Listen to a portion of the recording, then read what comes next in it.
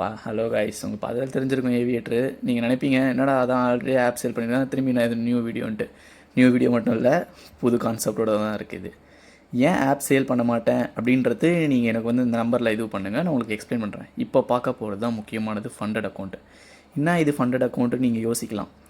App நான் sale பண்ணதுக்கு reason ஒன்று இருக்குது, நான் அது வந்து உங்களுக்கு தனியாக எக்ஸ்பிளைன் பண்ணுறேன் அடுத்த வீடியோலையும். சரி, நீங்கள் பர்சனலாக எனக்கு கால் பண்ணி இல்லை மெசேஜ் பண்ணி இல்லை போனால் கேளுங்க. இப்போ நம்ம பார்க்க போகிற இந்த ஃபண்டட் அக்கௌண்ட்டில் மொத்தம் 2 விதம் இருக்குது. ஒன்று மெம்பர்ஷிப், இன்னொன்று ஐ ரிட்டர்ன்ஸ். மெம்பர்ஷிப் பற்றி நான் அப்புறம் சொல்கிறேன். நான் ஐ ரிட்டர்ன்ஸ்னால் என்ன அண்ட் யூஜ் ரிட்டர்ன்ஸ், இதை வந்து எப்படி வேணாலும் நம்ம மென்ஷன் பண்ணிக்கலாம். இப்போ நம்ம பார்க்க போகிற கான்செப்ட் வந்து யூஜ் ரிட்டர்ன்ஸ். இந்த யூஜ் ரிட்டர்ன்ஸில் அதிகமான நம்மளுக்கு ரிட்டர்ன்ஸ் இருக்கும். புரியுதா? உங்களுக்கு ட்ரேட் அக்கௌண்ட்டு ஃபண்டட் அக்கௌண்ட்டுன்னு வாங்கல, அதே கான்செப்ட் தான் இது ஃபுல் அண்ட் ஃபுல்.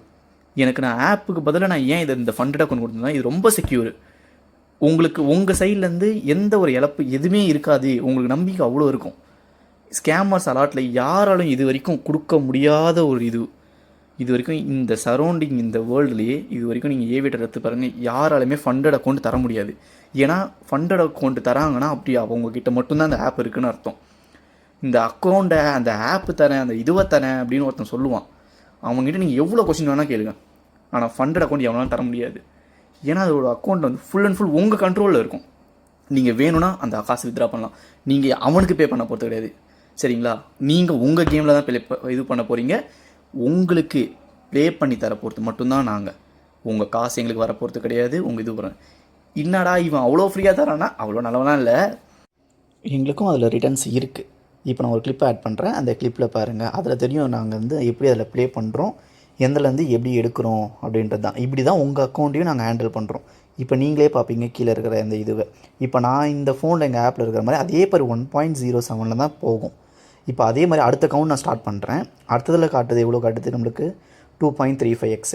இப்போ அதே 2.35x தான் இப்போ நீங்கள் போகும். அதை நீங்கள் தெளிவாக நீங்கள் பார்க்கலாம். சரிங்களா?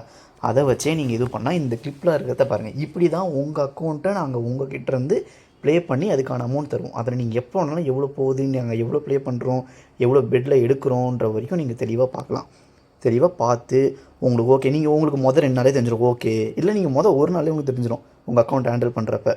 2 செஷனாக நான் பிரிப்பேன். 2 செஷனாக பிரித்து தான் உங்கள் கேம் ப்ளே பண்ணுவேன் நான். சரிங்களா? அதுலேயே உங்களுக்கு தெரிஞ்சிடும் இதில் வந்து எப்படி ஸ்கேம் ஆகுதா இல்லையான்றது.